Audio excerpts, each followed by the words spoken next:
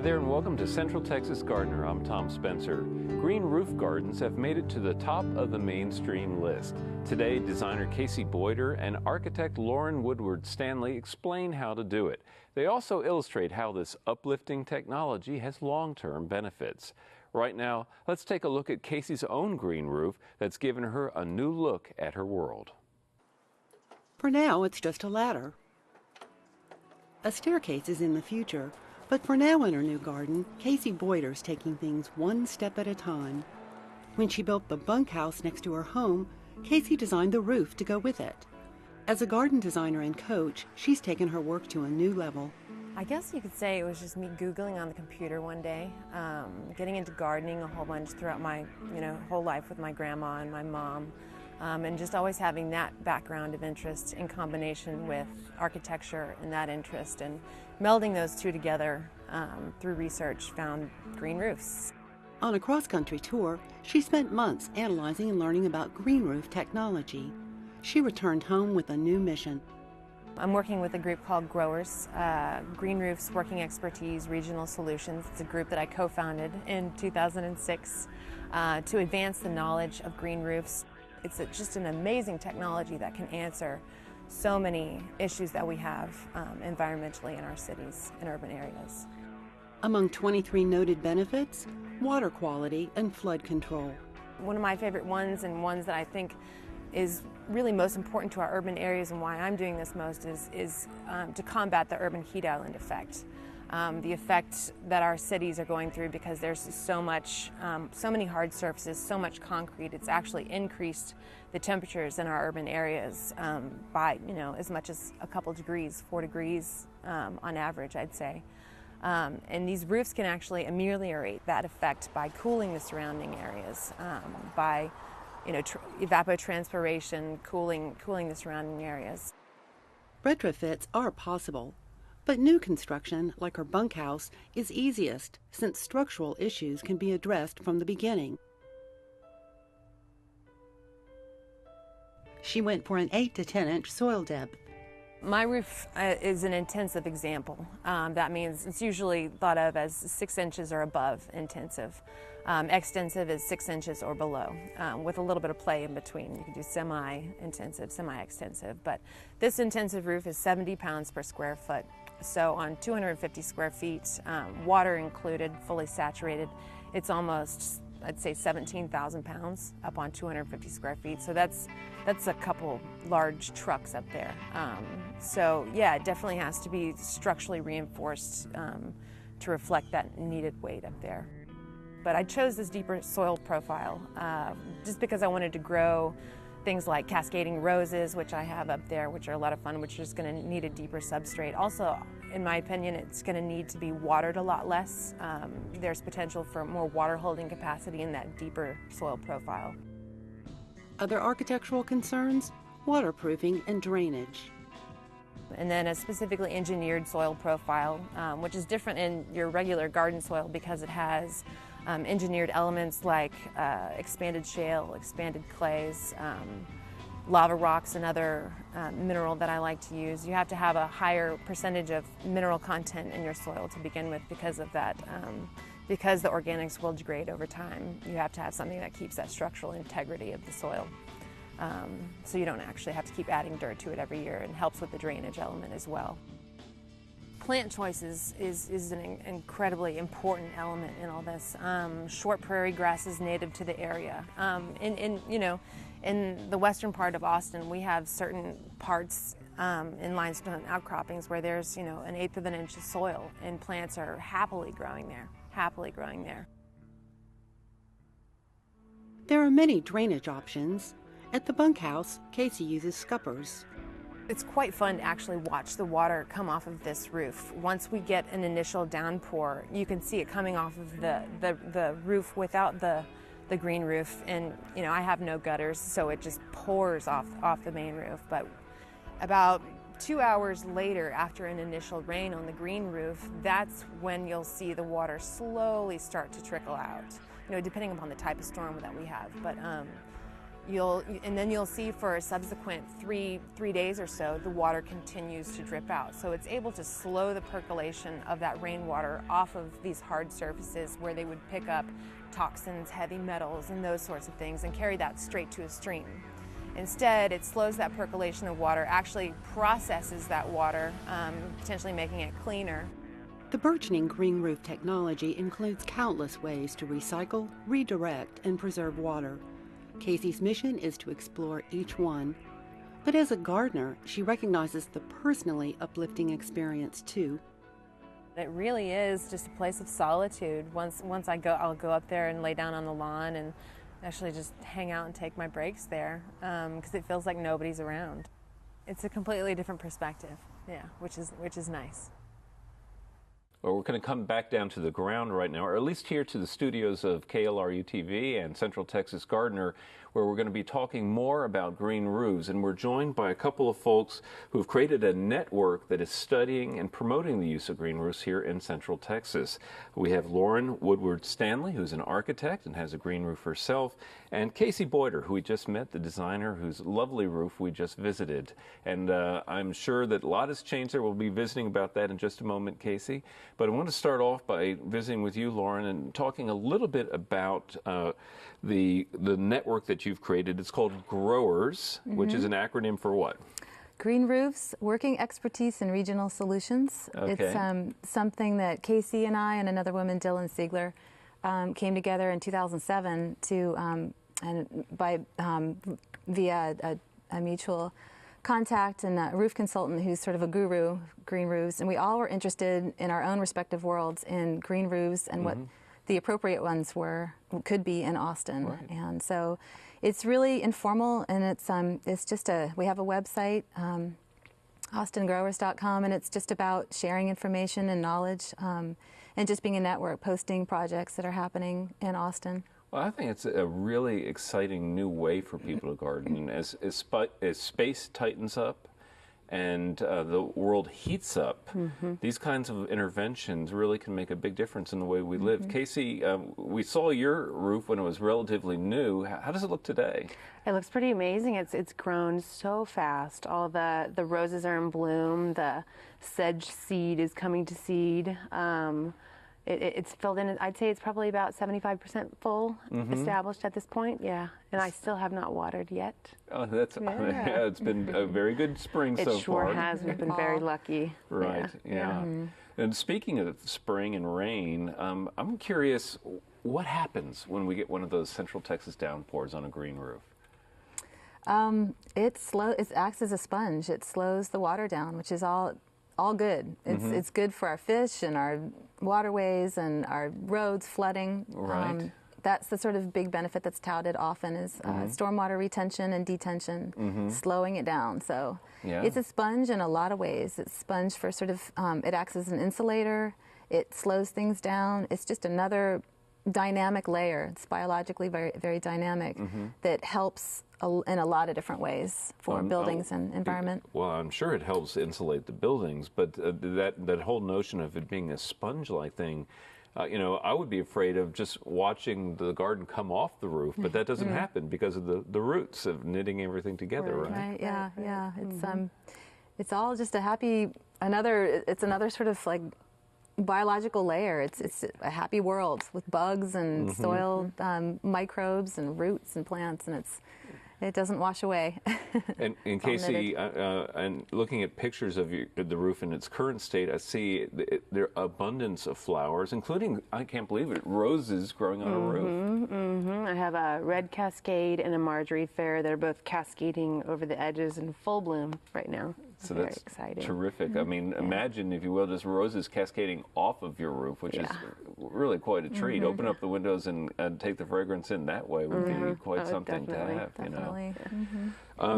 Now, your roofs are very different. Casey, your roof has a fairly deep roof, soil level, I mean. And talk a little bit about the soil mix. I love soil recipe stuff. So tell me what you used. Well, I would start by saying that my roof is actually what they call more of an intensive roof. So like you said, it's deeper. You can grow far woodier plants on there. You can open up the palette a whole lot more when you get that deeper soil profile. It's about 8 to 10 inches. I think, yeah, 8 to 10 inches varying. And the different elements in the soil are, you think about organic and inorganic. That's pretty much where you begin. You want to have a really high content of inorganic materials, such as Lauren and I both use lava rock. Lightweight. Exactly. Makes sense. That's what makes, one of the things that makes lava rock, besides the fact that it's volcanic and all the different potential nutrients that you can get from those materials. But lightweight, it holds just enough water, but also drains just enough water at the same time.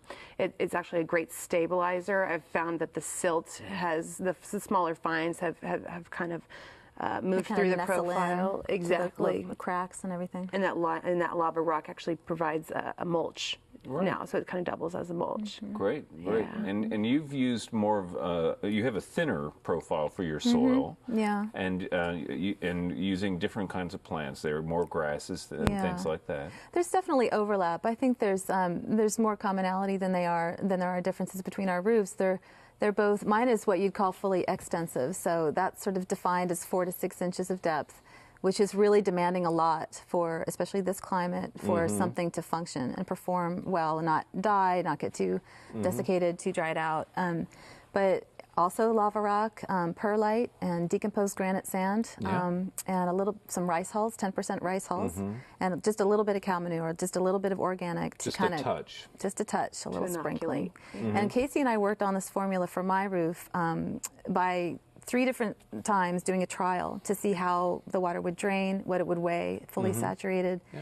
And the first time was a total failure. It was way too heavy. It wasn't draining. So it was something that we worked on, knowing what we've both learned respectively over time as to what it needs to do, what a green roof soil mix needs to do. It's just not potting soil that you get at the nursery and throw up there.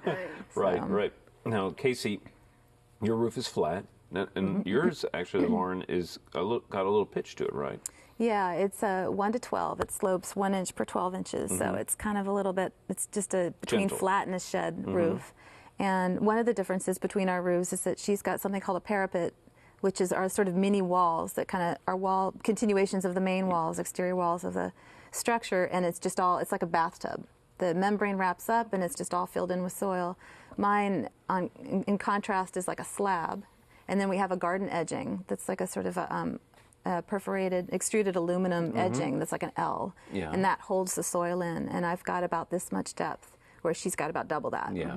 So hers is going to hold a little bit more moisture, and mine is going to, mine's got a sort of bigger challenge of that shows me that if it works, you really can ask these things to do quite a lot more than I think is thought is possible right now in Austin, because it's really thin and it dries out faster. Let's talk about some of the things that you're working on. I assume that you're doing some things collaboratively. It sounds like you're trading a lot of notes here in terms of what you're learning about the different roofs. What kinds of projects are you working on?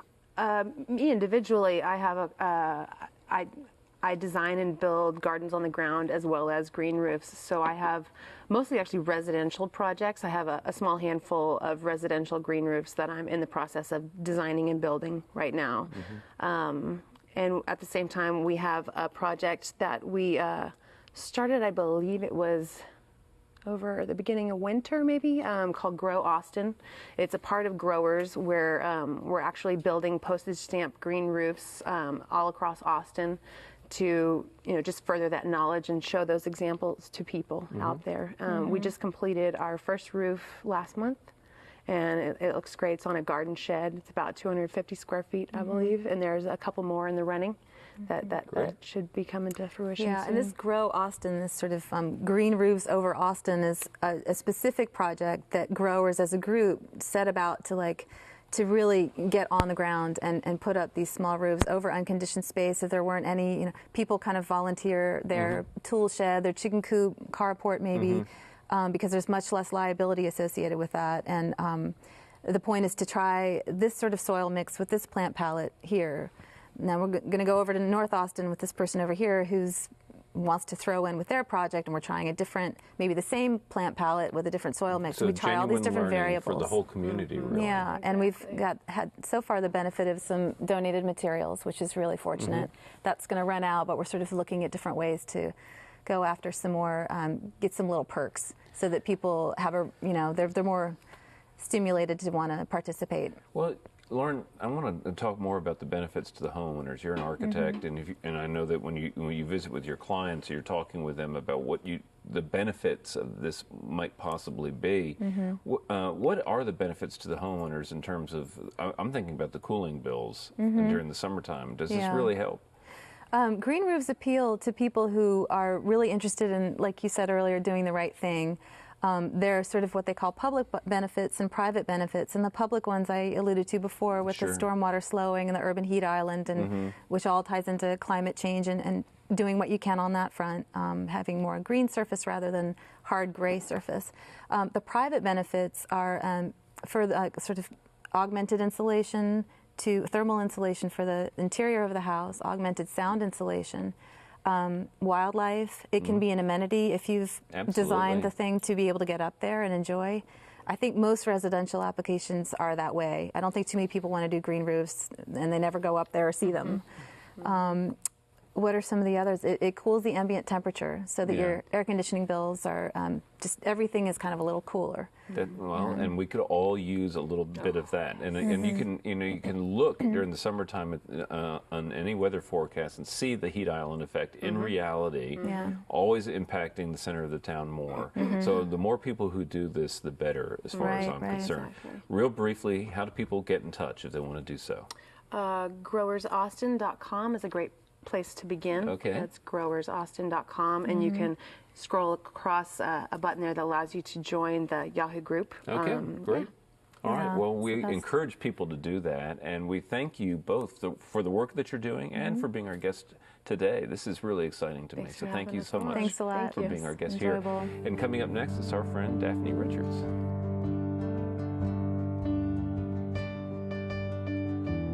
Hi, and welcome to Down to Earth.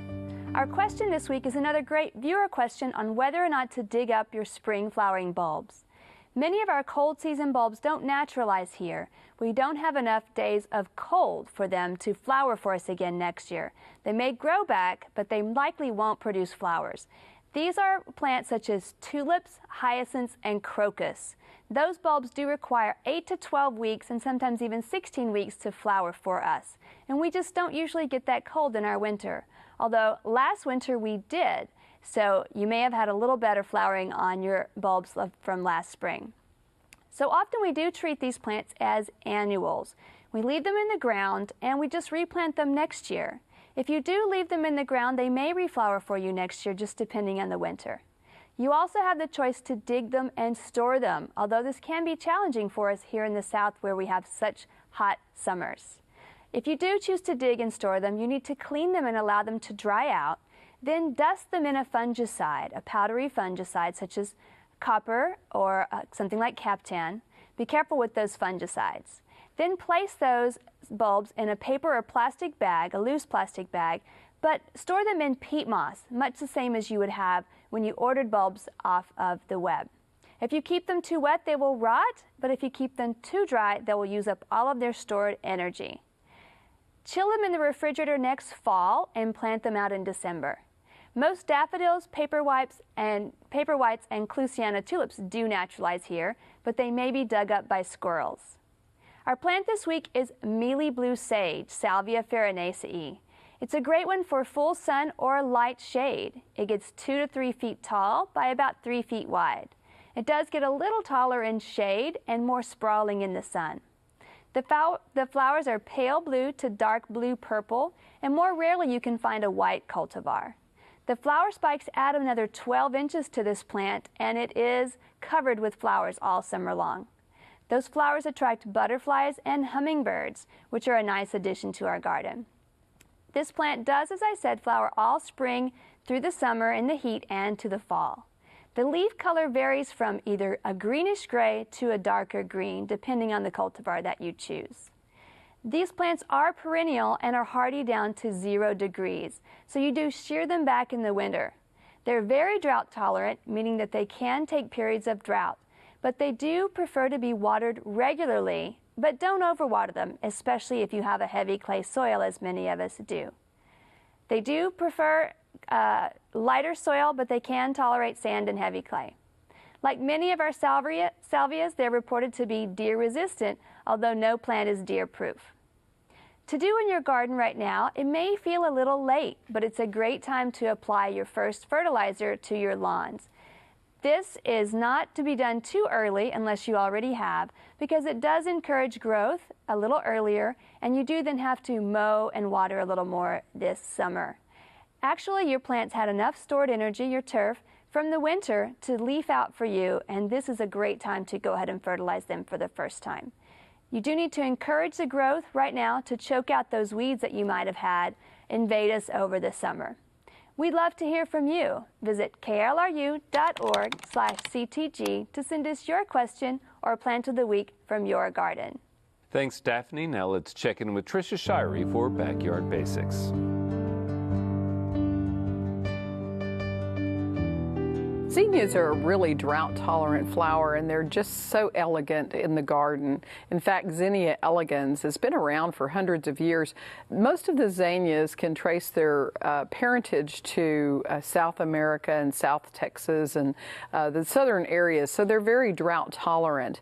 Most zinnias, the elegans type, do better if they're planted from seed, and you can buy seeds in every color from green to yellow to blue to purple. So they're really wonderful, but they do have a few drawbacks. One is that they're very susceptible to powdery mildew, and they don't make a very nice bedding flower. They just don't hold up very well over a long period. Although you can plant zinnias from seeds throughout the summer, and they do like warm temperatures and have a continual crop of zinnias.